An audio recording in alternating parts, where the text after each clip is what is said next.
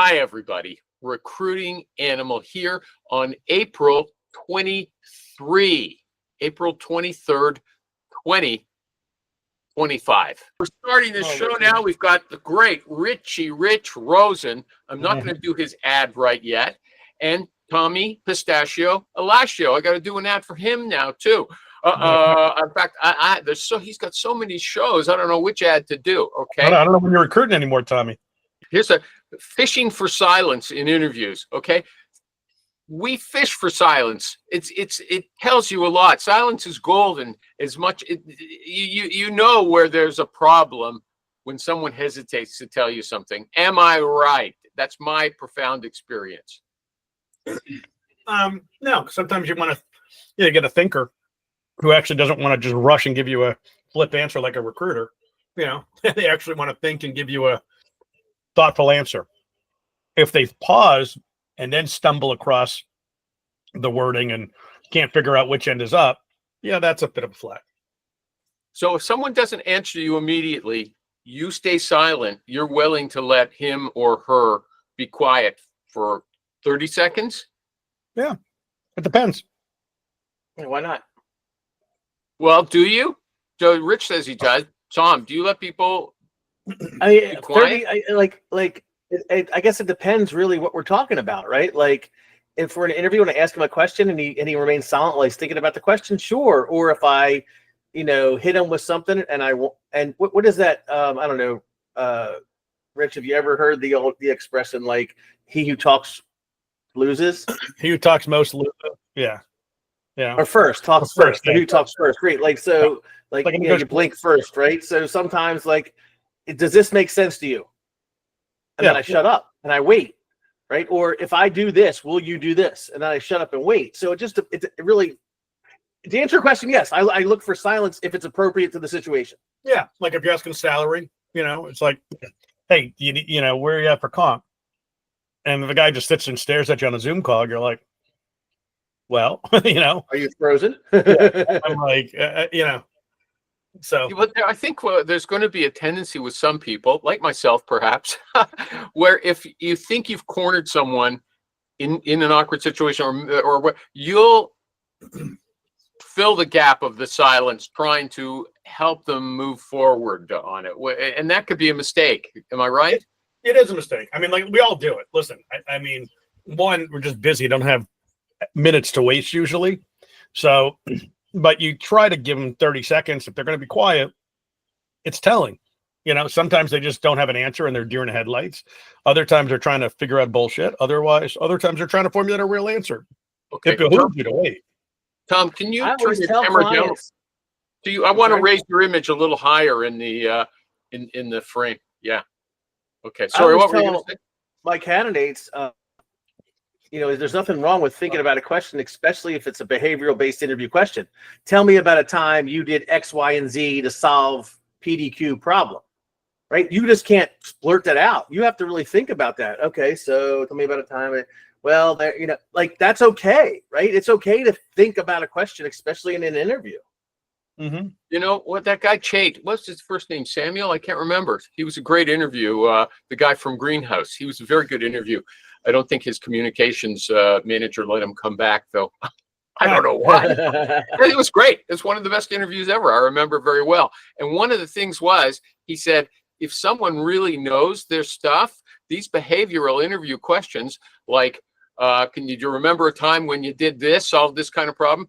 If they're doing that all the time, they'll just punch it out. They won't have to think about it. Okay, so that's a sign. If they have to think about it, it's a sign maybe that they don't have a lot of experience in that area. That's bullshit. Yeah, that's bullshit. That's bullshit. You ask us questions here all the time, and I have to think about it for a second. You'll say, when have you ever had a problem with a candidate that did X, Y, and Z? Just can't blurt that out. I got to think about it, right? That's a bullshit fucking answer. If you think someone you ask them a behavioral based interview question, the greatest indicator of a person's future behavior is their past behavior, and you're going to say, hey, tell me about a time as a project manager you had a project that was over budget and behind on the timeline. How did you bring it back around, and where did you get it to where the client was happy? You could fucking blurt that out. Fuck that gem guy. You don't know what the hell he's talking about. That's why he's fucking selling software and not recruiting and making $100,000 a year instead of 300, Smart guy. 400 like us. No. Fuck him. He's a smart guy. I'm sure you guys would like him. Okay. Here's something else. I saw that software, like the software now where we could replace you on the screen right now with Taylor Swift or any other celebrity. Okay. I thought, well, that was great. Someone could just, recruiter could send out a video of themselves talking and then replace it with somebody better looking and has a nicer voice. And I posted it so you could see it really works well. And one guy said, this is fake. It's going to make people feel that you're insincere. I think it's great. Anybody agree with me? No, it's not important. Yeah, I mean, it's one. If you're just doing an ad, it's one thing. If you're sending out an email, like if you're going to post an ad on LinkedIn or something, I guess you could do it. If you're sending a LinkedIn, like an email video, I'd rather use myself, and just this is who you are. Part of the brand is being authentic and real, right? So look exactly. at my big pecs, okay? I'm Rich Rosen. I lift weights every morning, okay? Is that the message you're sending? I mean, the message really, what it comes down to is like, if you're trying to be serious, like that's fucking dumb. Yeah. Right. If you're trying to sell us, like I don't know.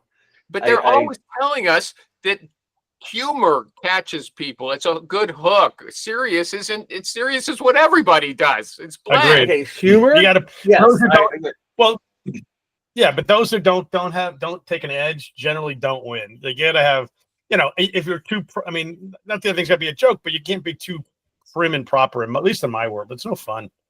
You know? You can't be so far out there that you replace yourself with someone celebrity. Is that what you're saying? I mean, again, as Tom said, if you're doing it as a joke and fun, you could be like, "Hey, I'm Taylor Swift with a guy's voice or something," be kind of funny and catch their attention. If you're doing it, hey, listen, Taylor Swift saying I'm like the best recruiter. Exactly. Yeah. I mean, everything has to have some type of nuance to it. Actually, I never thought of it that way. But if you got Taylor Swift saying I'm the best recruiter in engineering for structural. Yeah. I mean, that's hilarious.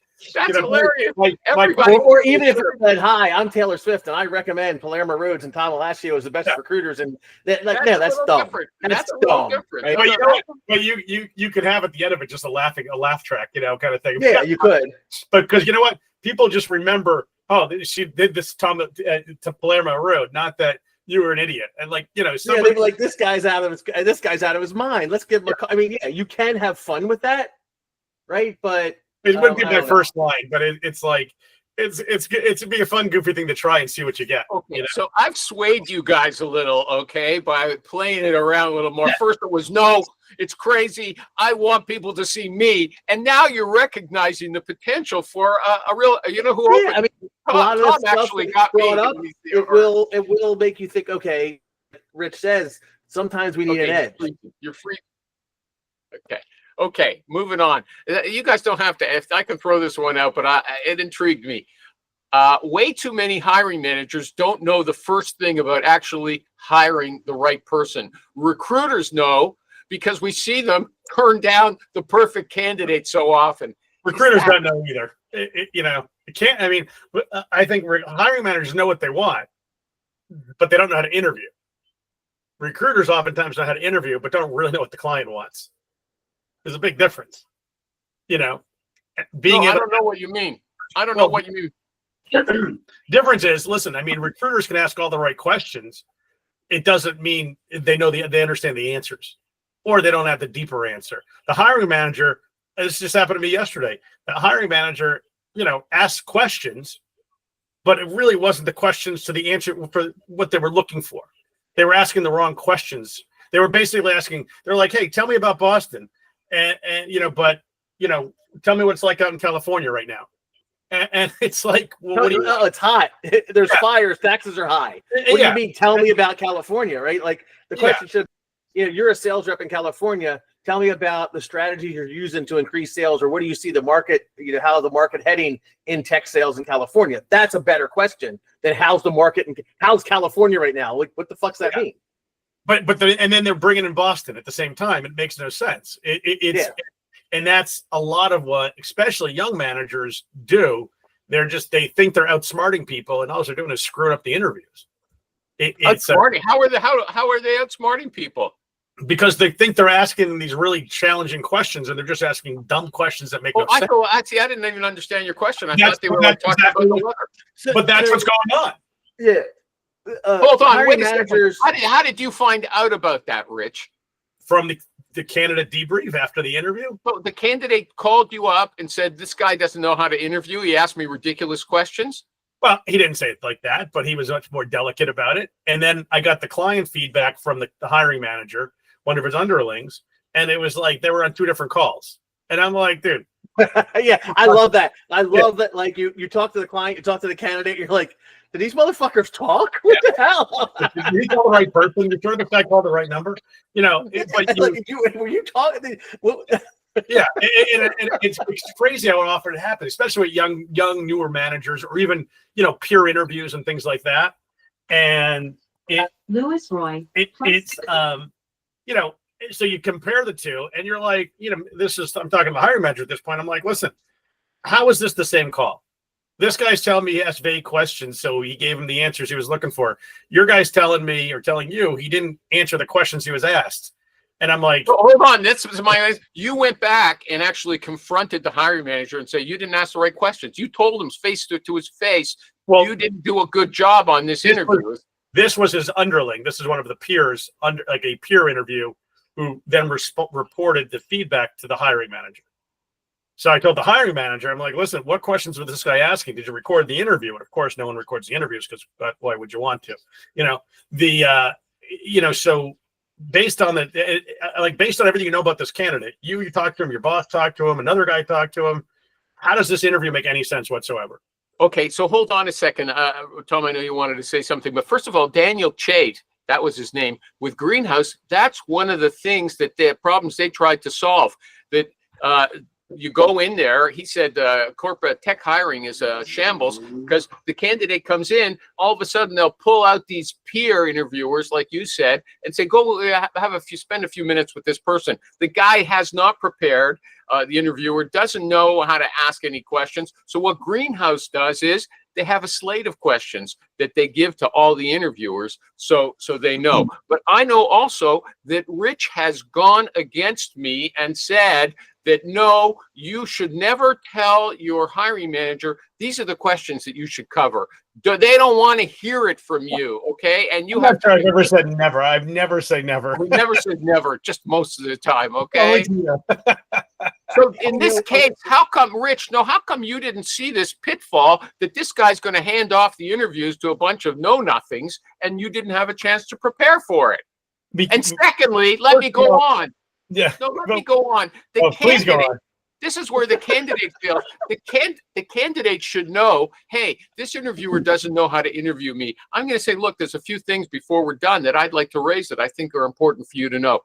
We have to tell our candidates. Listen, I've got ADD. I'm going to forget the answers if you keep going. Okay, yeah, exactly. He's like all over the place, and I'm already looking at the search. I need to find 5 more people for it. I can't remember the first point either. The point is, so one, the candidate didn't do a great job either, to be honest with you. And I told this to the client. The candidate knew what the interview style was going to be.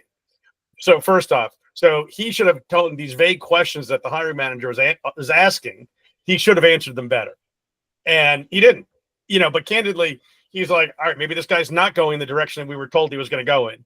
So he just the interviewer was asking super unclear questions where this guy kept having to ask to clarify what he was looking for, and so he did. So we did all the right things. And, to the hiring manager's, intelligence, he's like, listen, this guy's a newer guy in my team. I don't really know how he interviews yet. How do you have the nerve to say we did all the right things? I asked a question. You'll pick up, Dave. Don't derail us. We'll lose ourselves. Before I lose my train of thought, that's why clients need our consultative approach Yep. when you're asking them what their interview process is. Taking the job intake, in the very beginning, and we did a great meeting Friday on the job order form, is how important it is to find out what is your process. Like, tell me what you guys do. Who talks to them first? What do they say? Who talks to them second? Do you have a panel interview? Is it one-on-one? How do you do it, right? So then you can see holes or gaps that are going to come up, and then ask questions like, well, if the only other person that's going to be interviewing him is Rich Rosen, what is his management style? What does he ask? Do you guys use behavioral-based interview questions? Is it very conversational? Those are questions you have to ask ahead of time that recruiters are afraid to ask because, God, they finally got somebody on the phone to fucking talk to them, and they don't want to scare them away, right? So if you don't ask those questions, you're not going to get the right information so you can prep your candidate or consult your client and say, wait a second, dude, if you're interviewing reps, you're not asking them these 3 questions. Why are you even interviewing them? Yep. Well done. So Dave is. I think I've been doing this a little while. I'm not sure. I'm still learning, but I'm getting That was a great answer. And I don't know if I want to accuse Rich now of saying he didn't do that. Okay. I do. We all miss. We all miss. No, Right? First of all, this guy's an underling. He was just another peer interview. I can't interview every peer interviewer. Number 2, I told the candidate exactly what this guy was supposed to be asking, according to his boss. The fact that the interviewer didn't follow the script correctly is not anything I can help with. He asked very vague questions. Shouldn't we teach the candidates that if that happens, you take charge of the interview? Yeah. He should listen. This candidate did not answer the questions right. He knew what the goal was, and he didn't do it properly. Okay, Dave's got something radical. We can't freaking hold their hands to the interview. Dave, I don't know if Dave can talk or not, but like what he said was crazy in-depth technical assessments will turn many away, especially take-home work projects that aren't paid, right? You can't turn the interview process into a job, right? And I understand that there can be long interview processes when you're talking to VPs and CFOs and stuff like that. But a lot of these jobs now I hear, and it's not in my industry, but an entry-level sales rep will go through 4 fucking interviews. Like, seriously? For an entry-level sales rep? Are you fucking kidding me? And you make them do like a mock sales role, and they got to do a report. Like, dude, you're paying a guy $40,000. My favorite is these guys that have to do these mock demos and discovery calls. They could be the number one. This has happened to me. Number one rep from your competitor. Been the number one rep for years from your direct competitor. Has beaten you on dozens of deals, but suddenly does your discovery call and fails. And I'm like, and they pass on him. And that's unbelievable. Yeah. It happens all the time. I've got multiple clients where have passed often on their top competitor because they bought, and nope, you can't redo it. And I'm like, how do you think this guy's beaten you so many times? Yeah. Like, what the hell? Being in-house, I'm going to give you a different perspective. Pre-COVID, interviewing processes were fairly streamlined. Yeah. Well, not every industry. The companies I was working for, at least, it was streamlined. 2 rounds. It made sense. It was data points that were collected. And 2 rounds. Where were you at 2 rounds? Indeed. Oh, well, big deal. That's Indeed. Now, interviewing process, product and shitty company. the interview process I've seen over the past 2 years, the different companies I've consulted for, has been like 4 to 7. And there's no consistency. And like Rich said, an assessment is just a data point, but they use it as like, the kiss of death. And the person's like you said, they're the number one salesperson and they pass on them because they don't do as well on their assessment. And the assessments half the time are just half-assed. They're not really like, they're just a lot of times the number one sales guy is going to laugh at the assessment. Well, it's like, got a 7 on a wonder. You didn't ask for sales. It's like you didn't ask for the proper discovery, questions. I'm like, well, you didn't give me anything to work with, and these mock demos are not truly like a real sales call, but they treat them as if they are. And to your point, Dave, it's like, one data point, you get a 9 out of 10 in everything, but on this you get a 7, so we can't hire you. It just happened to me. It literally just happened to me on Monday. And then when you try to challenge it and go to bat and say, well, this is what happened, this is why it doesn't line up. Yeah. They say, no, we're not moving forward, because then we'd have to change the whole process. Well, maybe you should change the whole process. Is it because they feel like if they do it for him, they got to do it for everybody else? No, it's because they're sackless wonders, most of these managers. And It's because they're trying to keep a consistent interviewing process. I don't think it's that. It's the fact that you have to. No CEO is going to let you hire someone today, especially on a sales team for a younger company, if you don't have the spine to stand up and say, "This is the person I want."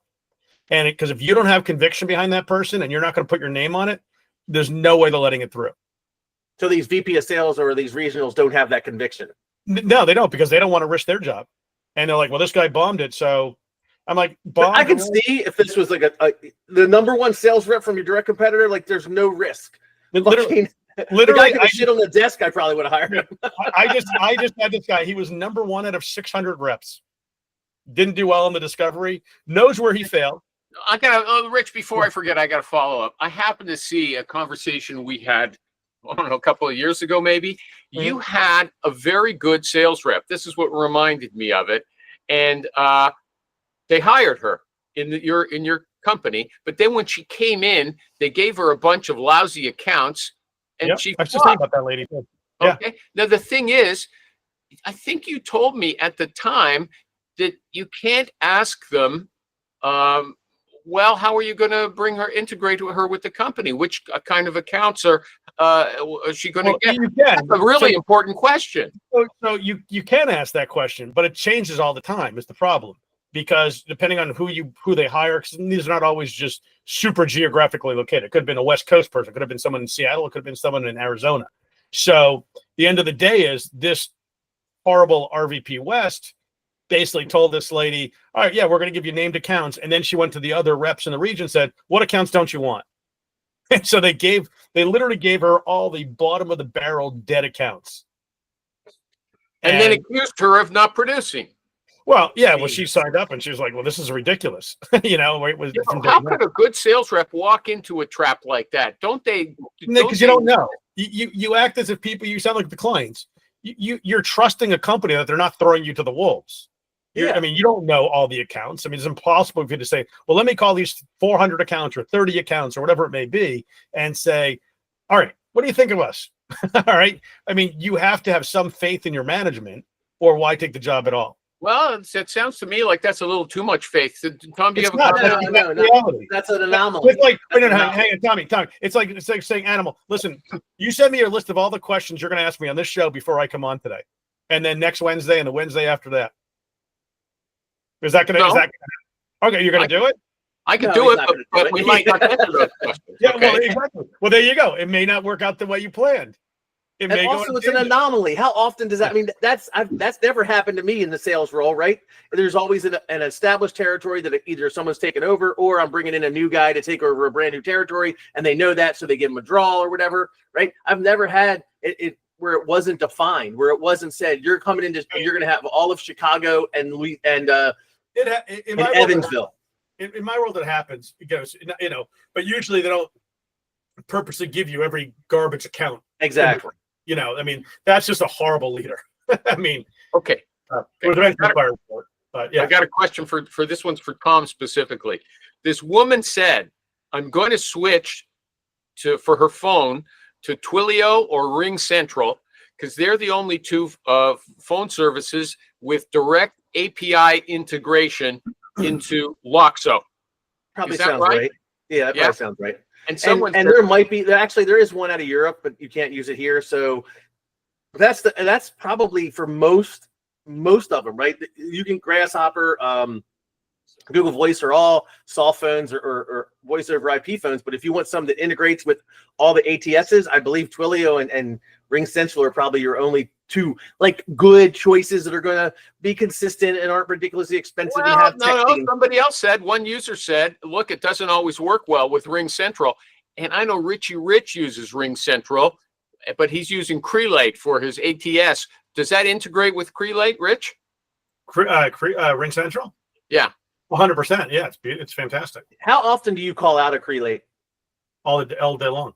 Do you? Okay. I go half and half depending on who, because I'll either use my cell phone or I'll use Loxo. Because everything's so tied in, texting and calling. So I click the button Crelate and it records in Crelate that there was a call inbound, outbound. Yeah. And that's what I need to like. I'll do it manually, but sometimes it's just, I don't know if it's Loxo or if it's Twilio or it's my computer or whatever it is, but sometimes I'll get like static and it drives me insane. It's probably Luxo. it's no. And that's, sometimes you got to call like Twilio or Ring Central and be like, hey, you got to clear my codecs out or change the channel or something. But I got all the static. You know, yeah, I get like where they talk here every third word. Like oh, that. so that's why I had to switch from my Mac to my Windows computer. It was the Mac couldn't handle all the juice it was using. Okay. That's not my problem. I got the juice, but yeah, it only happens occasionally, like out of the blue. Exactly. But that is what made me switch to to Windows, because the Mac couldn't handle all the different switching. I mean, 90% of the time it was great, but whatever, 5-10% of the time it was horrible, and it would happen at the worst times. So yeah, it's happened like 2 intake calls. It was a pain in the ass, and all I did was switch to my cell phone, and then I got to go and do the little thing. But other than that, I was wondering, like, if you had those issues. But even now, you keep freezing. Like you have frozen a million times. Oh, that's not my computer. That's my internet. Well, but that's what's causing your phone issue too. Then that might be my internet. Then yeah, you might be. Yeah. Your phone is running over your internet, so that is 100%. I was hardwired till I moved my office around, and now I'm using Wi-Fi again, and I hate it. I'm gonna try and have the guy come and redo the Ethernet port. Yeah, I mean, I'm hardwired in just for that, exactly for that reason. So yeah, but you gotta be. Here's a question. Good. Here's the kind of question you guys don't like. Okay, so we can. Okay. The candidate accepts an offer for a new job, your job, at $175,000. His current boss offers him $200 to stay. That's $200. So he's getting a raise to move to your company at $175,000, and then his current boss wants to put another $25,000 on top of that. That's a pretty nice increase, just like that. Mm-hmm. I know you guys are going to say, this person should never take that. And if he was just moving for money, that's just proof that you shouldn't deal with people like that. Is that your answer? Do I know it? I mean, you didn't prep properly. The go-to is the only reason you're getting this raise is because I showed up. And had I not showed up, this guy would still be ripping you off, paying you $150. I mean, there's a million things, but it all comes down to, where you look, you're never going to stop every single counteroffer. I don't care what anyone says, how good you are, they just fucking happen because people change their minds. But if you're following the rules we always follow, which is after every call, has anything changed? And if they offer you 75, will you take it? And why is this job better than the one you have now? And don't tell me it's because of money. If you're constantly on top of those things, then that's not going to happen. And you may not have her. He may just be like, hey, dude, fuck it. You know what? It's $200,000. I know it's stupid to do, and I may be out of here in 6 months, but it's an extra $50,000 that I can put my kids through college. Hard to resist. Can't overcome that objection. Hard to resist. But if you cover all that stuff, it shouldn't happen. So hold on. If you cover all the stuff, I don't like this in the company, I don't like that. How often can a huge counteroffer wipe all that? It happens, man. It just happens. People change their mind. There's nothing. People are going to do best interest. If they're not fully sold in your opportunity, they're taking the counter. They think your company, this new job is so much better than what I'm doing now. You can't get in their head. You don't know what their wife is saying, their parents are saying, what their pastor is saying, what their friend. I mean, there's so many variables you can't cover that you just got to hope you cover the right ones. Okay, so here's a similar. Okay, the candidate accepts with what they call the verbal offer. It's not in writing yet. Okay, $130,000. Then the 401k isn't as good as expected. So the candidate counters with 134.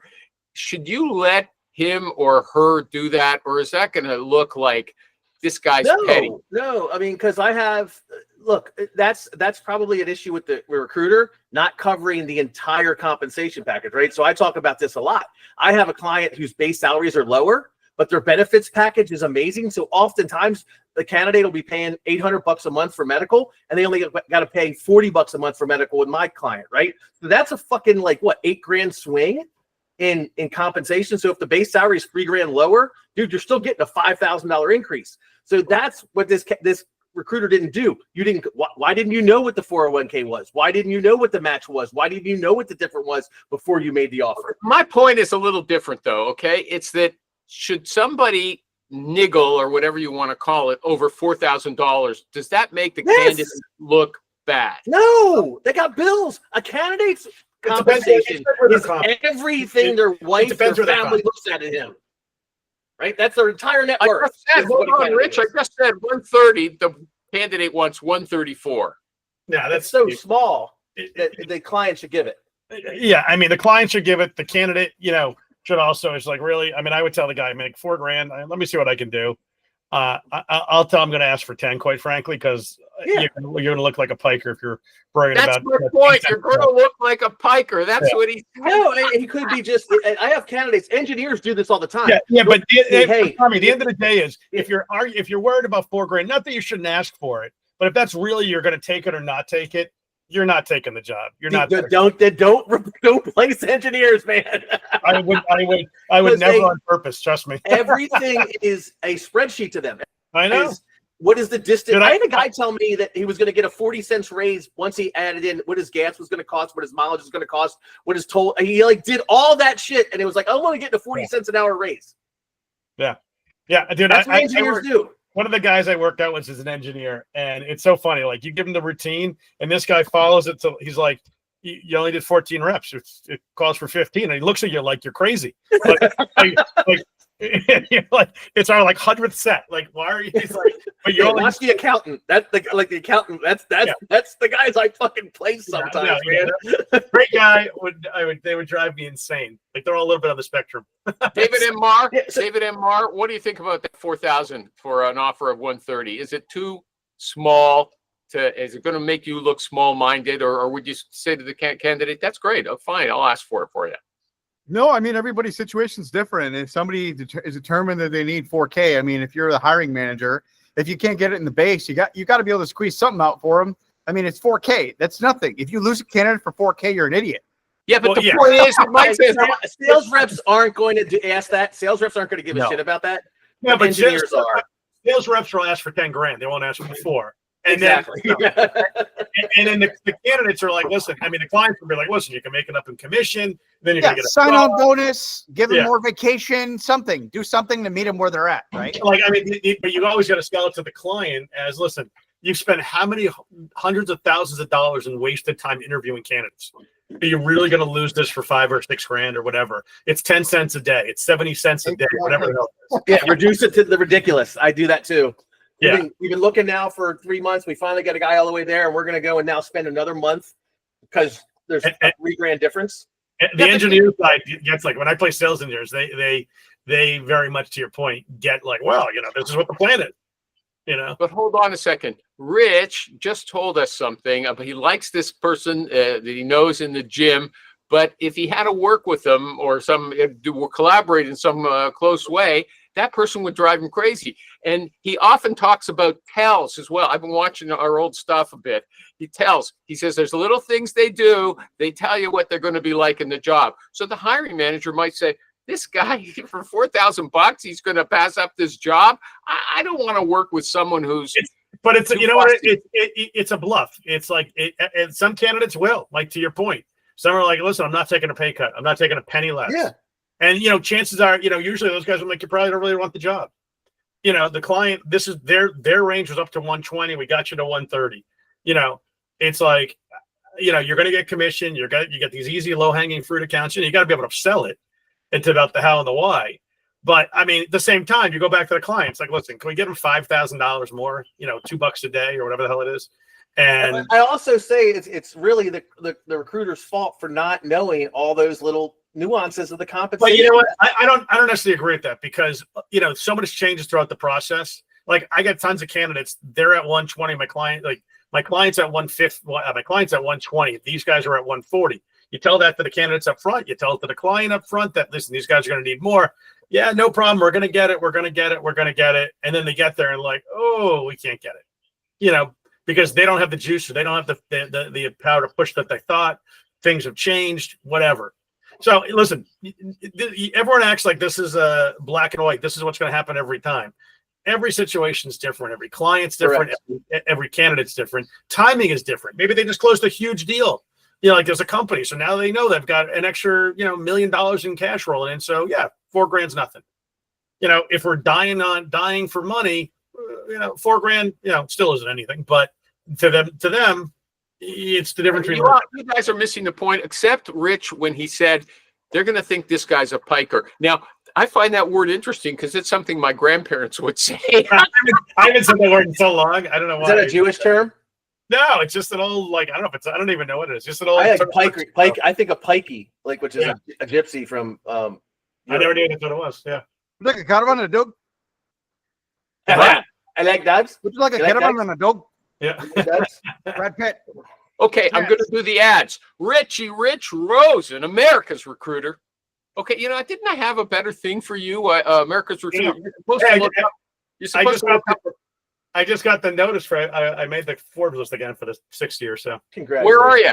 I have no idea where I am on it yet. So He's on the Forbes list. That's how we know he's America's Recruiter. Okay, but I wanted it so there's an American flag over his head. So when I call him America's Recruiter, he can look up. Bing, that flag comes up there.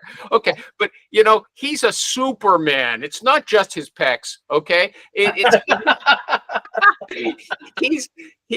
on the Forbes list, and you know what? He wants to teach you how to do it as well. And he's got a class every Thursday morning at 8:45 a.m. Eastern time, and it's a small group, confidential, online, and you ask Rich questions and you harass him just like I do if he doesn't give you a go. What did you mean by that? Hey, what about if this happens? He'll answer. You can see he's open book, okay?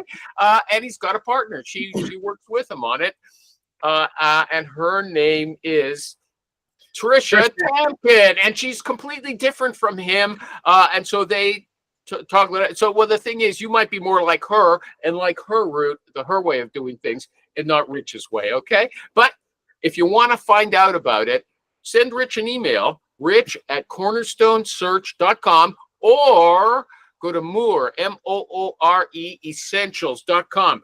Rich, is there anything I left out? I don't want a speech at this point. Is there anything I didn't say? No, I think you did a fantastic job. It's a great group. People have been learning a lot, and we've had a lot of great success and compliments from it. Yeah. America's Recruiter. Now, here's the guy with all the TV shows all of a sudden. I got 1.5. He's got 3. Okay. He's got 3. Don't be so modest, okay? His big show is on 12:30 Eastern time every Friday, and it's called The Recruiter Roundtable. And you find it by going to www.therecruiterroundtable.com or our Facebook page at The Recruiter Roundtable. Okay, www. Is there anybody, the same people who say Piker say www. TheRecruiterRoundtable.com. TheRecruiterRoundtable.com. TheRecruiterRoundtable.com. You'll find out the links to his YouTube so you can watch the old shows, but also you'll get the Google Meet. Thank you, Dave. You'll get the Google Meet link as well. So Fridays, 12:30 Eastern. Every Tuesday at what time? 5 o'clock? 5 o'clock. Dave, you didn't put mine in. I'm a little hurt. I got to tell you. What didn't I throw in? No, Dave didn't put my link up. Shame there. on you, Dave. Yeah, what are we paying? What are we paying you for? No, You that's think you're getting too uppity, Rich? I'm I know, America's really. Recruiter. You're not with me, he says. Those damn internals. God damn it. He's like that guy, the slave who kept telling the Roman emperors, "You're still just a man. Don't let it get to your head." Okay. But hold on, we're still there on Tuesday nights at when? 5 o'clock? 5 p.m. Eastern time. Ask a Headhunter Live. It's just come in and ask anything you want. I'll show you anything. It's really just a very And you go to the simple, same place, quick. therecruiterroundtable.com You to can find get it there the too. link. Yep. And every third Thursday, he's got the Loxo. That is Apple- a group of Loxo and Jobin users that get together and share tips, tricks, and new things that are going on. And then And you don't have Anybody to, who's but the not thing a is, user you can don't come have on if they want to learn. Yeah. Let me promote you a bit, okay? Okay. You don't have to just use Jobin or Loxo. You can come in. This is my experience with this other applicant Yes. tracking system. I'm wondering how it compares to those two, or what you guys think. You can assess it. So you can talk if you like applicant tracking system talk. You can go to that show, okay? And you can see what these guys are like here. They're going to be the exact same. Dave doesn't have anything to promote. Thank goodness. Okay, I mean, otherwise the show would be all promotions. If I go, there's a couple of recruiting groups on Facebook. If I go there, half the postings are from Tom posting about his 3 shows. It's funny. A lot of the groups have all died except for yours, right? I post basically just on the break the days before and stuff, and occasionally someone have some of those groups are just like one post a week, maybe one post here and there. Yeah, they have all of a sudden died. You're right. I don't know if it's the Trump tariffs that doing it, ripping them apart, or Well, not. I think so many recruiters are struggling that they just. Yeah, I think so too. A lot of recruiters are struggling right now. I got to tell you that I think the market's been booming in the last month. It has been hottest. I had my best month ever in March, and I'm going to have a amazing going. April. April. I've got like 20 openings right now. Okay, yeah, no. Rich said he had a $300,000 month just before he went for his vacation, that's right? awesome. Yeah, it is awesome. I'm almost at 100. If I close these other 2 deals, it'll be like 120 for April. Well, you should start pumping iron every morning. Maybe that'll do something. go on a 2.5 week You vacation. feel stronger. You're going to feel more energetic. Like it has a psychological effect. But I want to mention something that I hadn't heard before. Dominic says that after he does the intake session, which Tom, it was very good at telling about all the details that he asked these people, the hiring managers. He makes a document and he sends it to them. Okay, so then they're going to score every candidate against that agreed upon checklist. Okay, nothing is left. And That's not a bad idea. I send them the notes from the intake call, but I don't do a checklist. Yeah, but you could checklist, and you could actually score the people on a 1 to 5 scale, just like what is Steve Levy calls it a rubric. I don't use a fancy term like that. If you use like track.ai, you can actually ask it to do that for you. It'll take your whole, record your call, and then you'll say, score this guy for this type of job, or here's the job description, score it against that. Track will do that? Yep. TRQI.ai. TRAQ.ai. TRAQ.ai. And what's it for? It's a voice recorder, but a phone recorder. That's another one of the Meta? yeah. You use Meta, don't you, Tom? MetaView, MetaView, and then my core record. Like I've been using MetaView just because of the ease, and I get like 64 conversations free a month. But I don't like their summaries aren't as good as mine are. Okay, Okay. honestly, even the Ring Central does a good job on their summary. To be honest with you, Do they? yeah, their summary is pretty good. Meta, I have. great job. I'm sorry, go ahead. That is just track for it on that topic really does a great job. You are part of that company. Things that my prompt says, find equity in this, that find company? that. No, I don't know. I mean, I get it for free, but I don't. Yeah, I see. I knew it. I wasn't going to ask the But price. I've met the owners. The guy came and helped. He ended up met us in Atlanta. Gave a little was a little sponsor for Pinnacle, but honestly, I don't get anything for it. I really like the guys, and I think the product's really Track. Good. Yeah. Yeah, it's $30 a month for 25 hours, which is a ton. Yeah. So I mean, the guy is a super. I like working for nice guys, and the founders are really just good human beings. Like they're good people to work with. They're not trying to gouge and they're not trying to rip people off. They actually really want to build it out for recruiters. Build it out more. That's what MetaView is trying to do as well. They finally added an intake call prompt, which actually I do like that. I think that's a solid thing for it, and I like the way that they are able to like find the voices and give a name to it and all that. So there's all of them have their ins and outs. The one thing about MetaView is you can call via phone, right? You don't have to do it via. The guy up in heaven, what they're using there. That's what they do at Track too. Like you have a button on your desktop. If it's a phone call, you can just click the button, and you can record the call. How do you record it through the call? Oh, through Relate. Just through the speakers, through your system. Dave, are you using any of those recordings? and processors? No, Scott? No. Or No. processors. Okay, No, it's they funny. don't, 'Cause you seem like a techie kind of a guy. I Okay? am, but it's the difference is they can choose what they want to use. I have to use what's approved by where I work. So what I've been You know, using, I hear those, that absolutely. so often too. I hear that so often too. People GPT or Juicebox is another one that a lot of people really like. Jobin as well, as Tom said, but it just depends on how how the tech stacks that they're using are Ernie, integrated. you're talking about something else. We moved on to the recordings, the recording of the interviews and intake sessions, and then having this AI software process it for you. That's where Yeah, we're they don't let us do it, is what I'm saying. Oh, okay. And a lot of the companies don't want you doing it because of legal issues, man. Imagine having all those records and then getting deposed over a discrimination case or something, and all that info is there in transcripts that these lawyers can go through and pick the fuck apart. I mean, I get it. Yeah, Okay, it's too bad because they definitely should have it for final interviews. But you know, Yeah.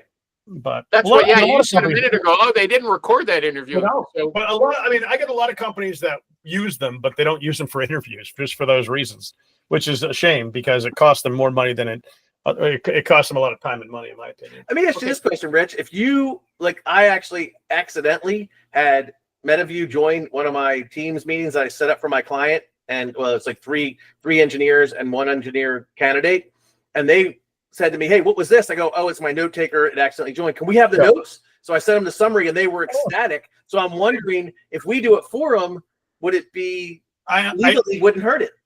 Well, legally, it's going to be a recording of it legally. Whether you kept the recording, that's another story. But ultimately, the companies, like you get, especially European companies, they get super nervous about the recordings of things. U.S. companies, I don't think they care nearly as much. Probably don't care as nearly as they should. But I get most companies don't care. Some companies do. You know, okay. they don't want for the same legal reasons you said. Okay, before the time, so we've got 3 minutes. I wanted to skewer Rich on something. Okay, today. So Rich he's got these nifty sayings. I like them all. Okay, but they've got limits. Okay, which he would admit. Rich says, I want you to remember what he said about his client. He sent the candidate out and they gave him a lousy interview. Okay. And you can't teach them and blah, blah, blah. Okay. But Rich also, he says, the sooner you can walk away from money, the more money you're going to make. Okay. That's his little beauty. Here's another. When you're afraid to lose a client, you've already lost a client. Okay. And I'll give you one more. Okay. If you these are great. if you have a bad client, it's like being in a dead-end relationship. It sucks. It sucks the life out of you. Okay, these are That's beautiful. what I said. Yeah, these are fantastic. I said this on the when we were talking about doing the job intake, man. Like you have to be willing to walk away. Stop pretending in your mind it's a good job order just because this potential client was willing to talk to you and sign a fee agreement. That does not make it a search assignment. Yeah. But how does a guy who goes around spouting these things end up with a client like? Because we deal with humans. That's why people lie. Exactly. And also, I get a lot of clients. I deal with a lot of jobs. I pass on a tremendous amount of jobs. But listen, there's certain times where the head of sales has got one thing to say. He's your client. Unfortunately, the CFO does something different after the fact. Yeah. Oh, yeah. That happens too. I'm actually going to lose a client that I was super excited about, that I know I can help in every way, shape, or form, and their fee agreement's fucking retarded. Yeah. So, and they're not willing to bend on it. So sorry. Yeah. I mean, that's it. You gotta make a business decision. Is it worth it? Is it not? Okay. I'm going to do my ad for Dave before we finish. David M. Marr. He's always open to good positions. He's a I super. thought I didn't think they were PC anymore. Isn't that no more DEI, no more paper straws? Okay. David M. Marr. He's on LinkedIn under David Marr, M-A-R-R, no M. I like his middle initial, David M. Marr, but he's David Marr on LinkedIn. If you're going to hire a recruiter sourcer, check them out. The great Rich Rosen and Thomas Pistachio. Hello. Thanks, guys. It was a lot of fun for me, at least. See you. Take care. Bye-bye. See you, bud. See you guys. Ciao.